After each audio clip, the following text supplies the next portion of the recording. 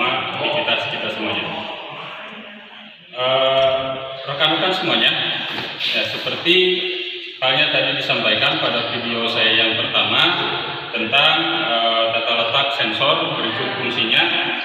Nah, kali ini di dalam video yang sekarang saya akan mencoba analisa troubleshooting pada masih sama pada mobil Toyota Grand Avanza tahun 2016. Nah, di sini sudah tersedia mobil kendaraan roda 4 dengan tanpa masalah. Ya, kita coba akan trouble-kan. Ya, nanti kita analisa, kita lihat di DTC diagnostic tool. Ya, diagnostic toolnya itu terdeteksi atau tidak. Ya, kita coba trouble-kan di bagian IAT dan mass airflow. Kita lepas saja soketnya. Nah, ingat rekan-rekan, ya, pada kendaraan injeksi, baik itu sepeda motor ataupun mobil, kendaraan roda 2 ataupun kendaraan roda 4, ya, untuk analisa kerusakan, terutama pada gejala yang terjadi pada sensor, yaitu ada 3 analisa. Yang pertama yaitu dari kabelnya itu sendiri, apakah ada yang terputus ataukah tidak. Yang kedua yaitu dari kondisi soketnya itu sendiri, kita bisa cek secara visual apakah dari soket konektornya itu sendiri terdapat benda yang menghalangi ataupun kotoran. Selanjutnya yang ketiga adalah memeriksa sensornya itu sendiri. Jadi kalau ketiga-tiganya sudah bisa dikatakan aman, berarti diagnosa selesai. Nah, setelah kita lepas, ya, selanjutnya kita cek, ya, kita coba, kita nyalakan, ya, mobilnya. Pastikan sebelum menstarter, menyalakan, yaitu untuk transmisi pada posisi netral. Nah, di sini MIL menyatakan menunjukkan adanya kegagalan ataupun kerusakan atau check engine, atau bisa dikatakan MIL malfunction indicator lamp. Nah, di sini menyala terus, berarti di sini menunjukkan adanya kerusakan. Nah, kita coba diagnosa menggunakan diagnostic tool apa yang terjadi kerusakan.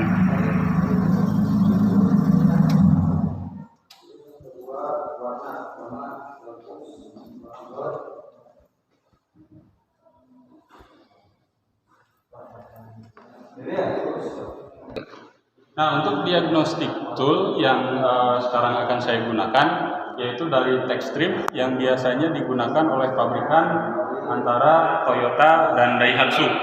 Nah, ini adalah kabel penghubungnya, kabel DLC yang besar ini yang dihubungkan ke DLC-nya, yang ini dihubungkan ke USB komputer. Nah, DLC-nya yaitu berada di sebelah sini.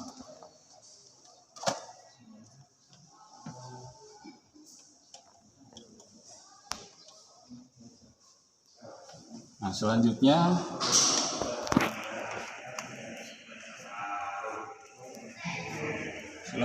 untuk USB-nya kita pasang.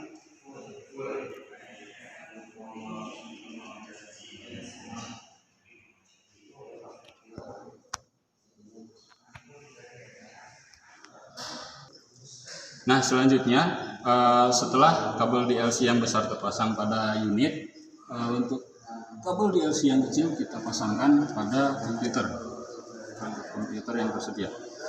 Nah, ini aplikasinya untuk Techstream. Nah, kita buka aplikasinya.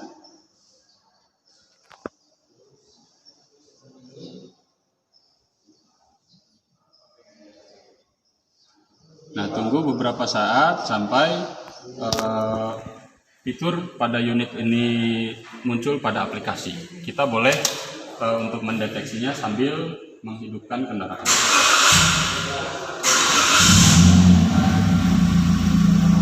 Nah, setelah muncul seperti ini, klik connect to vehicle. Ini untuk mengkoneksikan antara komputer perangkat dengan unit, dengan ECU. Nah, tunggu beberapa saat.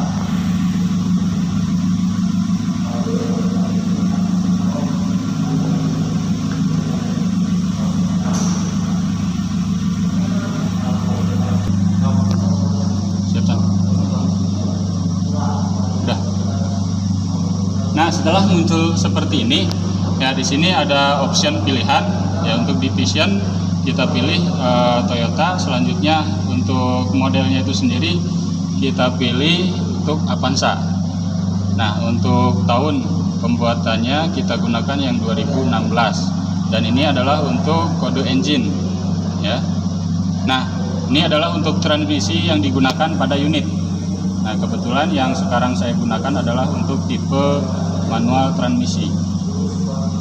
Nah, selanjutnya klik next.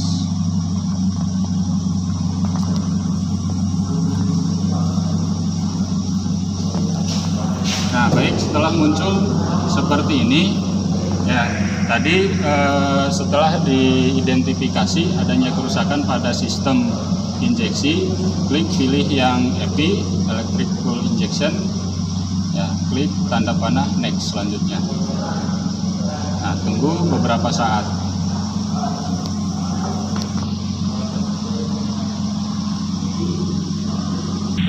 Nah, di sini sudah muncul deteksi gangguan yang terjadi, yaitu airflow sensor dengan intake air temperatur. Di sini untuk datanya tidak terbaca.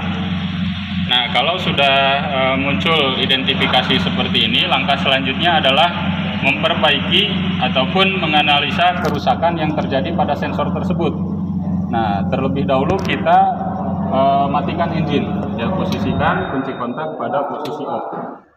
Nah, seperti yang saya sampaikan tadi, ya, di video yang pertama, untuk posisi IAT dan mass airflow, yaitu posisinya di sebelah sini. Nah, ini sensornya, ini adalah untuk rangkaian wiringnya, ya. Untuk memeriksa tadi yang 3 tahapan. Yang pertama adalah kabel terputus ataukah tidak. Nah, kita cek secara visual, di sini masih terbungkus dan masih sangat bagus, rapat. Cek di soket-soketnya, ya, apakah ada benda yang menghalangi atau kotoran. Nah, selanjutnya kita cek sensornya. Untuk mengecek sensor, kita lepas, ya, sensornya terlebih dahulu menggunakan obeng plus.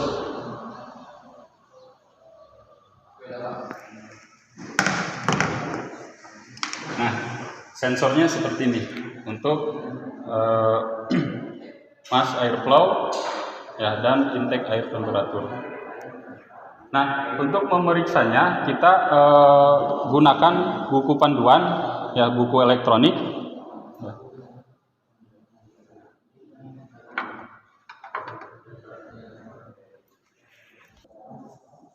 Nah, yang kita gunakan, ya, kebetulan hari ini saya menggunakan, ya, apa namanya, e-modul, ya, ataupun manual book yang berupa elektronik, ya. Kita gunakan Toyota Grand Avanza tahun 2016. Ya, selanjutnya pilih di sini ada sistem PGM-FI. Selanjutnya pilih mass airflow, ya. Nah, selanjutnya pilih pemeriksaan. Nah, di pemeriksaan sini, nah, kita bisa ketahui, ya, bagaimana cara memeriksa dari mass airflow tersebut. Nah, terdapat 5 terminal. Ya, kita akan cek tahanannya, ya.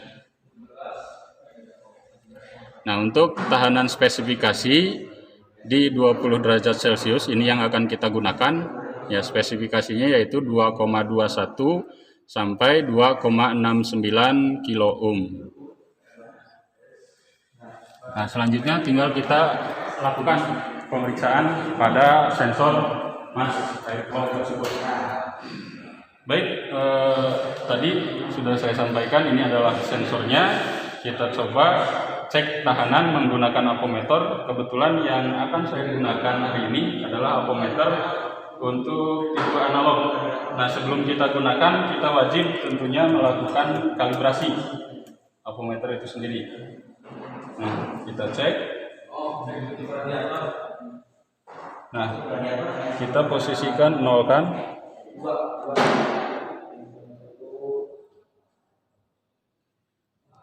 Nah, selanjutnya setelah kita melakukan kalibrasi pada multitester atau avometer itu sendiri, nah kita pastikan ya soket ataupun terminal yang mana yang akan kita ukur.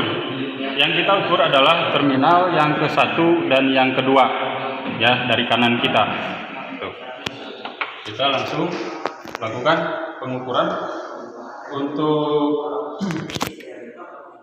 posisi terminal positif negatifnya di sini dibebaskan, ya, gunakan yang mana.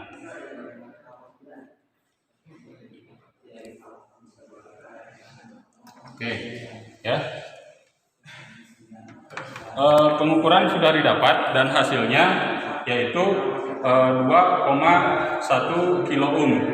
Ya, sesuai spesifikasi tadi adalah standarnya di 20 derajat Celcius pada kondisi suhu 20 derajat Celcius, yaitu di angka 2,1 sampai 2,6 kilo ohm. Nah, didapat hasil pengukuran yaitu 2,2 kilo ohm. Nah, di sini dapat kita simpulkan untuk sensor mass airflow dan IAT ini bisa dikatakan masih layak digunakan.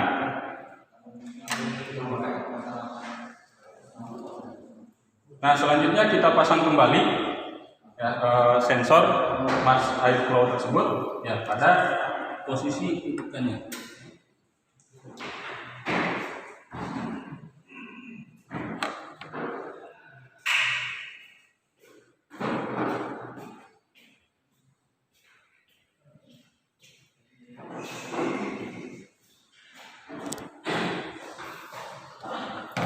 Selanjutnya ya tadi sudah kita cek secara visual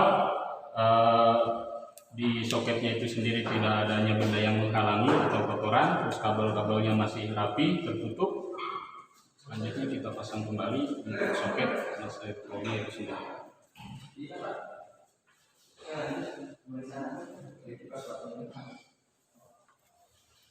Selanjutnya kita kembali ke kabin bagian di sini untuk analisa di diagnostik toolnya.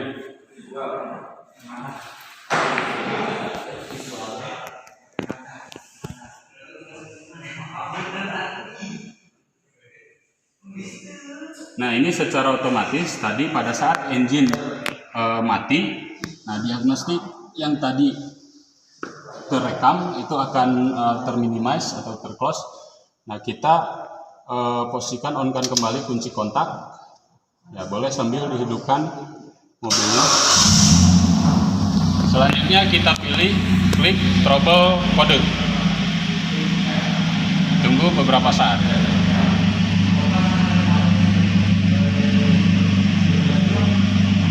Nah, di sini masih terdeteksi untuk gejala ataupun gangguan yang terjadi pada mass airflow tersebut. Nah, langkah selanjutnya adalah menghapus. Nah, ini adalah simbol untuk menghapus kode kegagalan pada mil, ya, untuk menghapus check engine supaya tidak menyala secara terus-menerus. Kita klik, apakah bisa terhapus?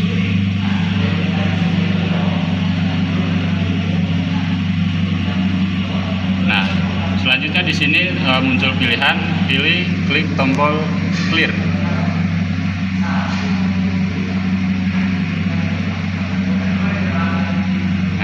Beberapa saat.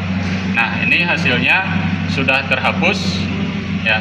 Jadi kode kegagalan sudah bisa dikatakan hilang dan di sini pun mil ataupun check engine sudah tidak menyala.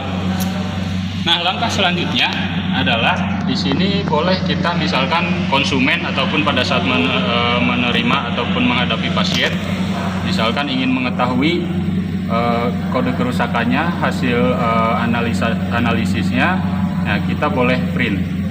Tetapi di sini harus terkoneksi langsung dengan printernya itu sendiri.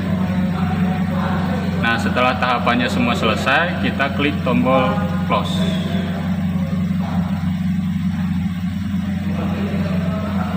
langsung close.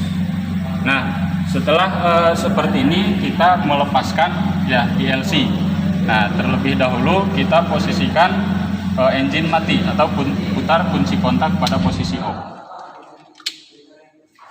Nah, lepas terlebih dahulu soket USB yang terhubung pada komputer. Nah, selanjutnya yang terhubung pada unit. Nah, jangan lupa pasang kembali kap PLC-nya.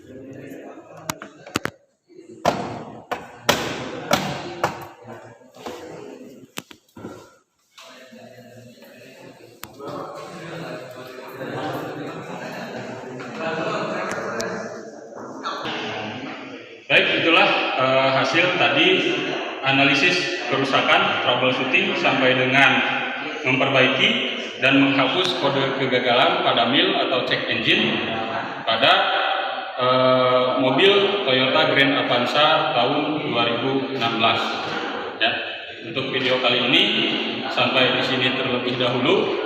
Ya, saya Ridwan Syafi'i dari SMK Karya Nasional Kuningan.